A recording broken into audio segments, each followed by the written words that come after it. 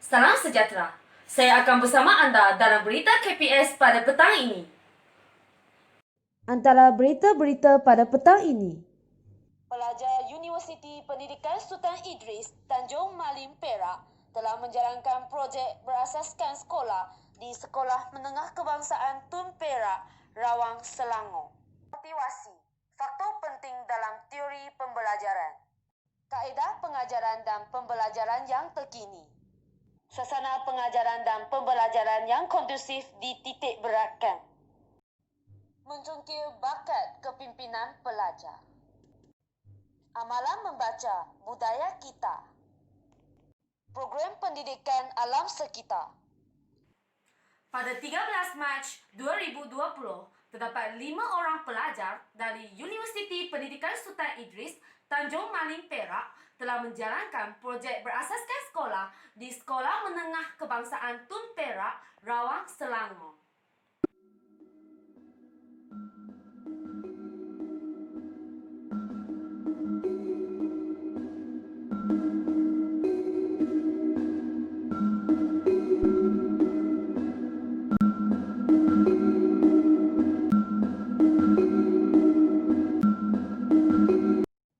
Pelajar Universiti Pendidikan Sultan Idris telah mendapat sambutan yang meriah daripada pihak sekolah dan pelajar-pelajar.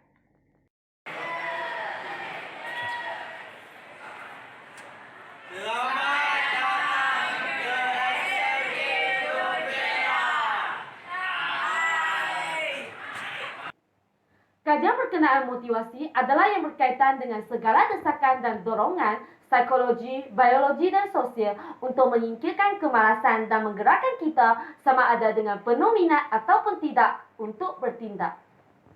Buku nota kecil digunakan untuk merekodkan tanda tangan guru setiap kali pelajar tersebut telah membantu guru. Jumlah tersebut akan direkodkan dalam sistem salah laku disiplin murid SSDM. Amalan baik dan kesalahan disiplin juga direkodkan dalam sistem tersebut. Anugerah khas murid yang dianugerahkan kepada pelajar Sekolah Menengah Kebangsaan Tun Perak iaitu Anugerah Aspirasi Bestari, Anugerah Aspirasi Terpuji, Anugerah Aspirasi Juara dan Anugerah Aspirasi Terbilang. Teknologi akan menjadikan proses pengajaran dan pembelajaran menjadi lebih berkesan dan menarik di dalam bilik darjah. Penggunaan alat komunikasi seperti wireless click-on handset mic system transmitter akan membantu murid-murid untuk mendengar penjelasan dan pengajaran dengan lebih berkesan. Seorang guru di Sekolah Menengah Kebangsaan Tun Perak menggunakan wireless click-on headset microphone mic system transmitter untuk meningkatkan suara beliau.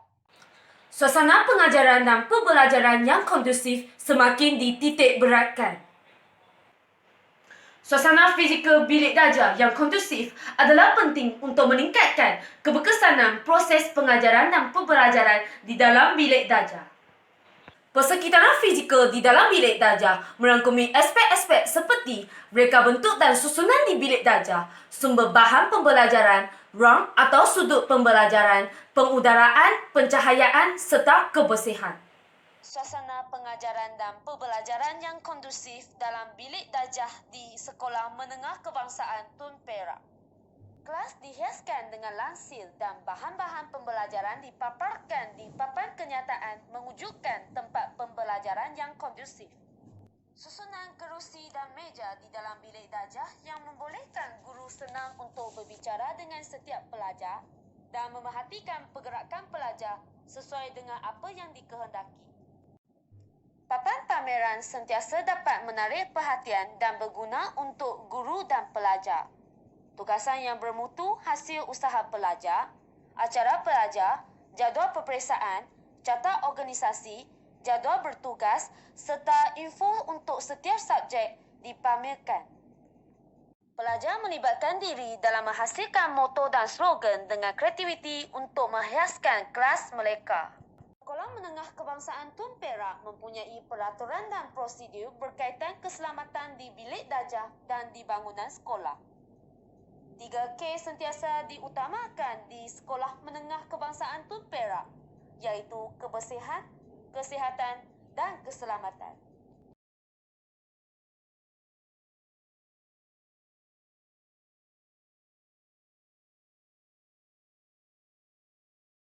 Maklumat kerjaya ditampakkan untuk membimbing pelajar dalam membuat perancangan yang efektif untuk membuat sesuatu keputusan yang berkaitan dengan kerjaya mereka. Pelajar boleh membuat persediaan awal untuk peralihan dari zaman persekolahan ke dunia pekerjaan yang sebenar.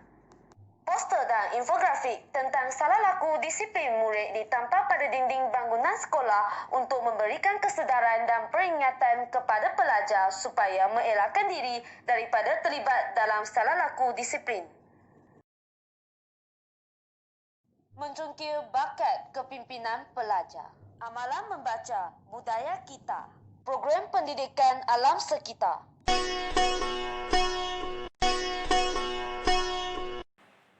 Bertemu kembali.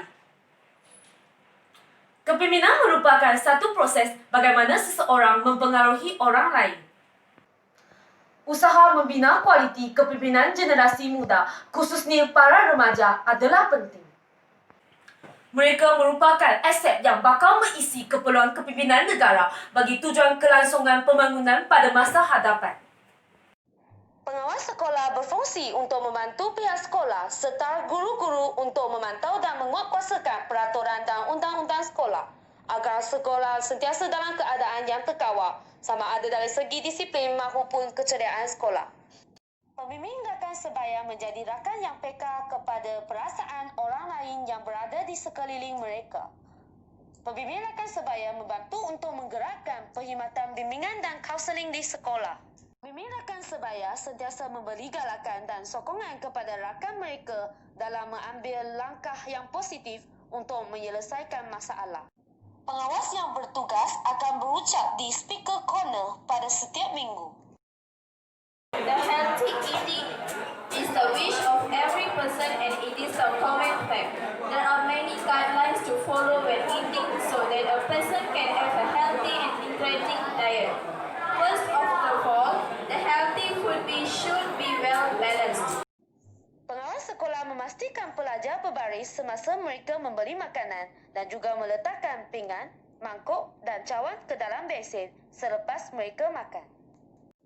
Menurut Cikgu Rosyada binti Ahmad, guru kaunseling sekolah menengah kebangsaan Tun Perak, menyatakan bahawa pengawas sekolah, pengawas pusat sumber sekolah, pembimbing rakan sebaya, pengawas skim pinjaman buku teks, pengawas ko-kurikulum dan pengawas koperasi sebagai pemimpin murid.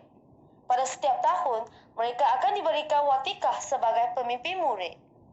Sebab pengawas sekolah, PRS, PSS, pusat sumber, pengawas KOKO, pengawas SPBT, uruskan buku teks, pengawas koperasi yang uruskan koperasi.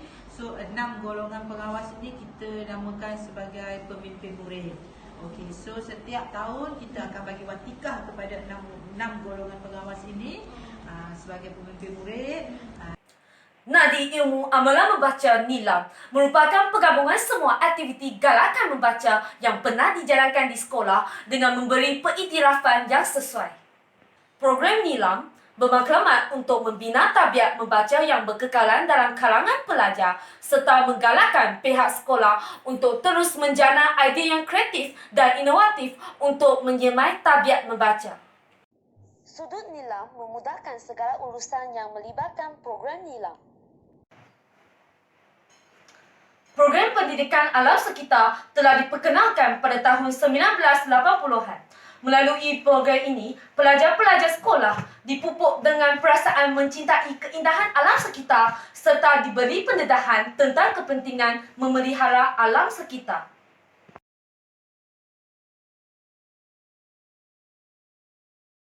Sekolah Menengah Kebangsaan Tun Perak ke arah membudayakan amalan kitar semula.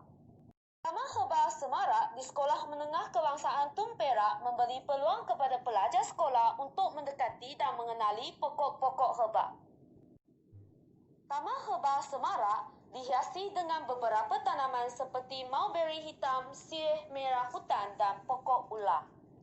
Sekolah Menengah Kebangsaan Tun Perak memanfaatkan kawasan lapang dan membiasakan pelajar dengan tumbuh-tumbuhan khazanah alam semula jadi sambil mewujudkan persekitaran yang membantu pembelajaran pelajar sekolah.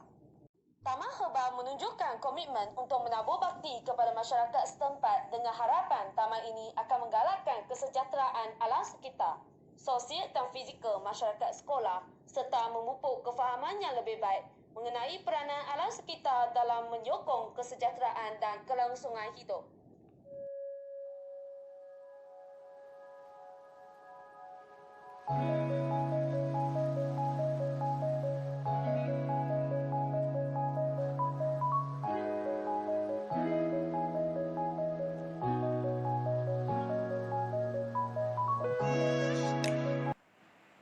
Gambar-gambar pelajar Universiti Pendidikan Sultan Idris di Sekolah Menengah Kebangsaan Tun Perak yang ditayangkan mengakhiri berita pada petang ini. Salam hormat dan selamat petang.